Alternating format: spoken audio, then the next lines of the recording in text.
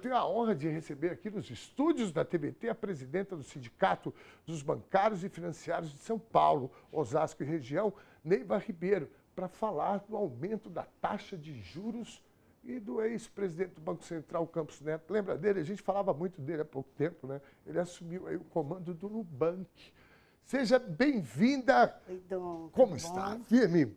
Tudo bem, sempre Honrado bom. em recebê-la aqui mais uma Eu vez. que fico feliz de estar aqui com você novamente. Que maravilha. Depois da nossa marcha, depois de toda a atividade que nós fizemos lá em Brasília, que eu tive a honra de falar para você aqui a semana retrasada, foi muito bom. Eu vi as fotos, eu vi vídeos, eu vi filmes. Entregamos a pauta da classe trabalhadora para o presidente, temos uma pauta legislativa, uma pauta para o judiciário também, que a gente vai trabalhar. E estamos na rua questionando as taxas de juros altos novamente, né? Como você estava falando. Como é que vocês receberam esse meio ponto, né? 0,5% de aumento agora? Já tinha essa expectativa do mercado e etc. Como é que você, né, na perspectiva, né, de presidenta de um sindicato importante, né, da categoria, que inclusive os bancários, né, que é o povo que está lá atendendo, né, a população?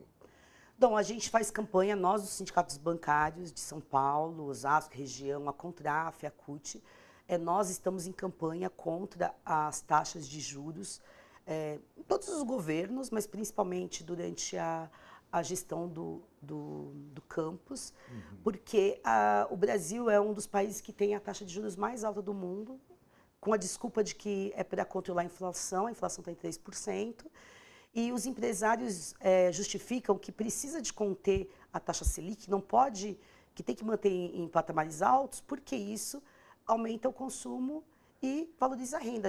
A gente tem mais dinheiro para gastar, tem mais renda e a gente está melhorando a renda e está melhorando o número de desemprego no país, os índices estão mais baixos.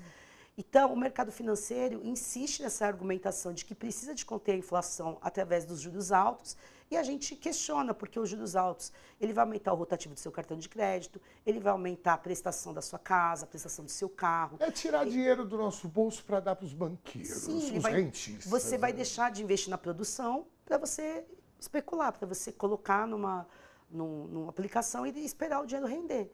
Então, para nós, a gente tem expectativa que agora assumiu o novo presidente do Banco Central, o Galípolo.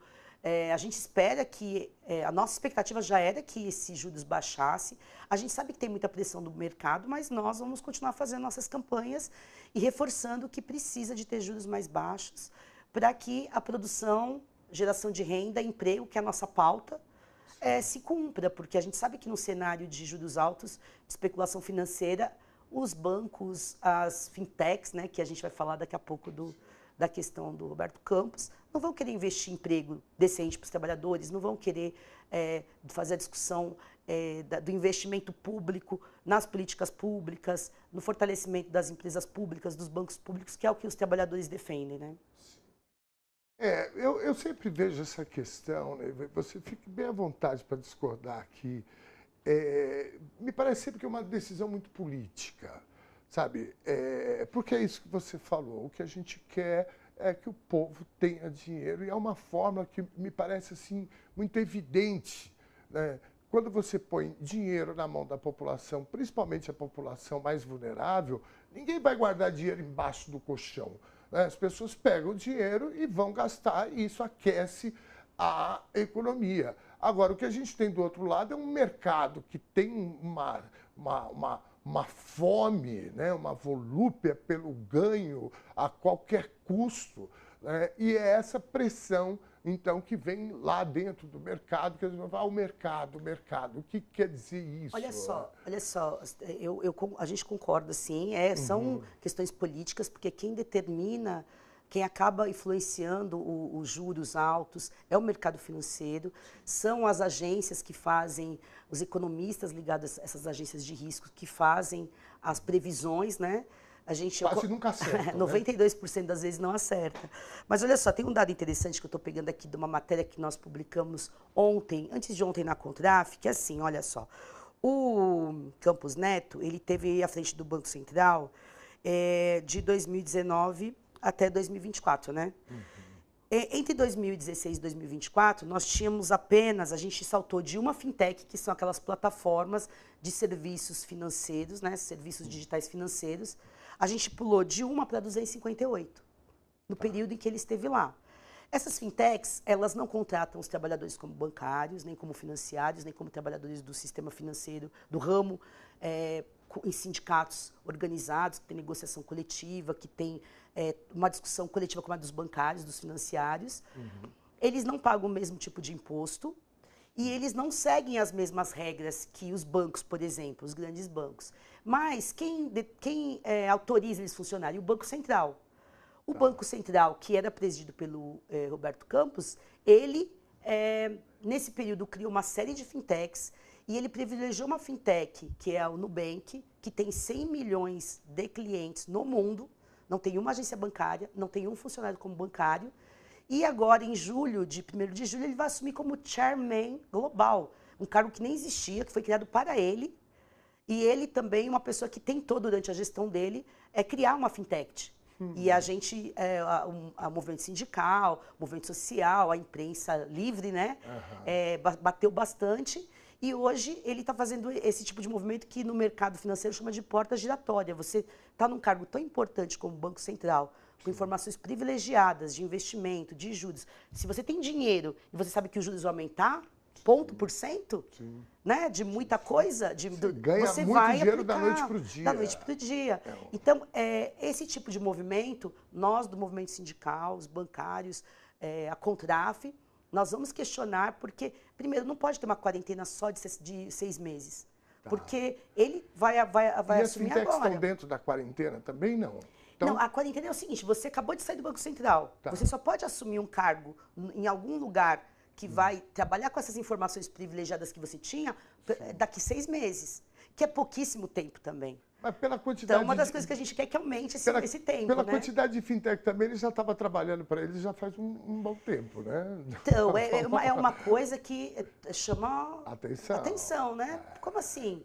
Então, primeiro, a gente vai estar estudando várias providências para questionar, porque isso há um conflito de interesse muito claro entre a função que ele vai exercer nessa fintech, que ganhou muito no tempo que ele estava à frente do Banco Central, e que, inclusive, nós do movimento sindical, a gente está questionando, a gente quer uma regulamentação do sistema financeiro para o crédito para desenvolvimento, para o desenvolvimento público, para emprego decente, para atender bem a população, para que a gente tenha segurança nos canais digitais, que nós já falamos muito disso aqui nas outras vezes que eu vim. E quem faz a fiscalização disso? Entre outros órgãos, o Banco Central. Sim. E o Banco Central ele tem que ter uma pessoa, quem vai estar lá, tem que ser isenta do mercado financeiro, porque eles dizem que o Banco Central tem que ser autônomo, e ele é autônomo do povo brasileiro, do governo brasileiro e dos trabalhadores, mas do mercado financeiro não. Então aí tem tudo a ver com o que você falou da política, do poder, dos interesses econômicos, de quem é detentor do capital. Olha, eu sempre falo que eu fico muito feliz toda vez que a gente conversa, e você e todos os companheiros e companheiras dos sindicatos em geral, porque o mercado, como eu disse aqui, ele é feroz. E é sempre no coro do povo trabalhador. É sempre. Sim. Porque o Temer, eu lembro quando o Temer assumiu, né, através de um golpe, aí ele mostra o que veio, né, com as reformas que ele já foi fazendo. E aí, assim, eles vão tirando o couro do... E quando eu estou falando couro, é o couro mesmo, sabe? Que os caras vão cortando direitos. E a única barreira que existe para os trabalhadores e as trabalhadoras são os sindicatos.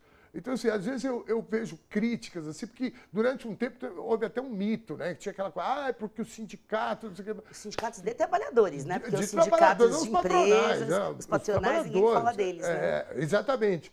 Então, assim, eu tenho muito respeito, fico feliz... Eles têm financiamento do Sistema S, eles têm uma série de financiamentos para poder fazer sua atuação em favor dos interesses do empresariado, mas o sindicato de trabalhadores, o movimento que vai defender os trabalhadores, proteger o trabalho, aí você vai ter uma marginalidade, né? Uma perseguição. Sim, é isso. E isso culturalmente, a gente precisa estar falando muito sobre isso, porque eu, particularmente, Neiva, eu acho que a única barreira que existe, que não seja aquela coisa institucional do governo, é o movimento sindical, que são vocês. Eu moro aqui perto, vira e mexe, o ano passado eu passava aqui na Paulista, em frente ao Banco Central, vocês estavam ali na frente fazendo uma manifestação com um caminhão de som e etc. E aí eu pensava assim, gente, se não é esse pessoal do sindicato, o povo trabalhador está no couro mesmo, porque quando vocês fazem essas negociações coletivas, vocês vão com uma musculatura para a mesa que o trabalhador lá na ponta ele não tem nem com o chefe imediato dele. Né? Claro, tem que ser uma negociação coletiva. Por isso que a gente fala que é coletiva, porque individualmente a gente não tem condições de fazer frente a toda a movimentação que uma negociação coloca. Porque tem os negociadores que são nossos patrões, mas eles têm uma série de outras organizações que influenciam qual vai ser o resultado do acordo, que a gente também tem que estar de olho. Então, o judiciário a gente tem que questionar, o Congresso, que a gente está o tempo todo dizendo que tem que colocar trabalhadores trabalhadores, eu estava vendo você falar lá da Damares, né? Sim. Que além de senadora, é uma líder religiosa. Sim. Então, ela está falando para uma série de trabalhadores que estão entendendo aquela fala como uma fala que é importante para eles, que está olhando, cuidando deles, e ao contrário, está a serviço de forças que os trabalhadores nem sabem, para destruir o movimento sindical, o movimento social, toda a organização coletiva que vai lutar para que o trabalho seja decente, seja uma força importante dentro do quadro social, né? Porque Sim. O que os empresários querem fazer é o seguinte, para os empresários tudo, os trabalhadores... O salário está muito alto. As pessoas Sim. não querem trabalhar. Você já ouviu essa... Muito. O pessoal não quer trabalhar. E as pessoas vão reproduzindo isso. Não quer trabalhar porque o salário está baixo. Pois é. Quando eu vejo o cara falar, não, que o cara está virando empreendedor, não sei o que, eu falo, meu amigo, do jeito que a situação tá, que tem patrão tratando o cara de um jeito que é melhor o cara... Vai ficar assim, ou vai melhorar as condições de trabalho, de salário, e para isso a economia tem que estar fortalecida, né? E os juros baixos a redução da taxa de juros faz parte disso. Sim. Os trabalhadores estão adoecidos, então não é à toa que a jornada, que a escala 6x1 tem tanta força, e a nossa pauta lá em Brasília pela redução da jornada, sendo redução de salário, está ganhando muita força, porque as pessoas querem trabalhar, mas elas não querem ser exploradas, elas não querem ser exauridas pelo trabalho, e ainda mais um trabalho que paga pouco, que não é decente, que não tem respeito, que tem assédio. É óbvio que elas não vão querer trabalhar. Sim. Elas falam, vou fazer qualquer outra coisa, Sim. mas não me submeto a essas regras. Então é importante a classe trabalhadora, essa nova classe trabalhadora, seja ela CLT, a gente conversou muito isso nos outros programas, seja ela CLT, seja ela MEI, seja ela empreendedora de fato, porque empreendedor... falso empreendedor não dá. Sim. A classe trabalhadora, quem vive do trabalho, precisa de ter organizações fortes, precisa de entender a política, precisa de saber o que está por trás do que as manchetes da mídia corporativa fala, quais os interesses dos senadores, deputados, o que eles estão defendendo. Né? Exatamente. Por que eles querem? Por que eles não reclamam da taxa de juros altos que nem a gente? Exato. Estão ganhando, então Essa é a discussão. Eu falo sempre uma coisa aqui, que o capitalismo ele é tão perverso que ele faz com que o explorado, em muitos momentos, defenda os interesses dos exploradores. E aí... Eles detêm a pauta cultural, né? E aí, por isso que é tão importante a gente falar sobre isso, é por isso que eu fico perturbando Neiva, falando, Neiva, você pode vir na sexta-feira aqui, que eu acho que é um dia importante para a gente falar sobre isso, porque quando vê essa discussão da escala 6x1, essa é uma pauta antiga do movimento sindical, mas eu mesmo trabalho com comunicação, tinha esfriado isso na minha cabeça. Quando começou, e aí a gente começa a falar sobre isso, entrevistar pessoas, eu mesmo comecei a refletir, falei, gente, por isso que tem tanta gente batendo pino aí, tem tanta gente, sabe, com abalo emocional, sabe, por quê? Porque ninguém aguenta trabalhar, precisa descansar. É isso, eu agradeço muito quando você chama, é que eu falei para você, a nossa rotina é muito corrida, então a gente estava em Brasília, semana que vem nós estamos, o sindicato, e a Contraf está numa atividade na Unifinanças, que é uma entidade internacional que a gente participa do setor de finanças, vai discutir também regulamentação, a interferência das plataformas digitais no mundo do trabalho, porque a gente quer uma transição para o mundo do trabalho com tecnologia, com inovação, mas que coloque o trabalho no centro, que garanta as melhores condições de trabalho para para o ser humano. É isso. E aí, onde a gente vai, a gente faz esse debate, porque não tem espaços como esse na mídia corporativa. Estou repetindo muito isso, porque não, mas isso depois a gente faz corte, depois a gente falar, é importante. Né? Eu nunca imaginei que eu iria virar stalker. Você sabe o que é stalker? Você fica acompanhando para ver onde que ela está. Deixa eu ver onde que a Neiva está, para ver se dá para a Neiva vir aqui. Eu também acompanho bastante a sua rede, é muito bom. Neiva, querida, muitíssimo obrigado pela tua vinda aqui. Nós já estamos adiantando o Feliz Dia das Mães. Muito obrigada. Eu quero aproveitar, mandar um beijão para minha mãe, para dona Neide, um beijão bem grande para ela. Mandar um beijo para a mãe da Alice, mandar um beijo para a Maju, que é mãe da Ana Vitória, Maria Vitória, e para todas as mães trabalhadoras e trabalhadoras, para as mães do Brasil, né, que estão aí na luta por melhores condições de vida, de trabalho, para um mundo melhor para os nossos filhos, né, e para nós. Querida Neiva, honrado em recebê-la aqui, viu? Muito obrigada. Eu Parabéns fico super pela feliz. cobertura do 1º de maio, ficou linda, adoramos fazer, adoramos parabéns fazer. Parabéns à TVT, parabéns Metalúrgicos. mandou bem. Foi uma festa lindíssima, hein? Foi muito bonito, né? Mais de 70 mil pessoas. Animadíssimo. Eu fiquei aqui no estúdio emocionadíssimo, eu queria estar lá. Mas fizemos um bom trabalho aqui, graças a Deus, viu? Obrigado, Neiva, Até querida. Mais. Tchau.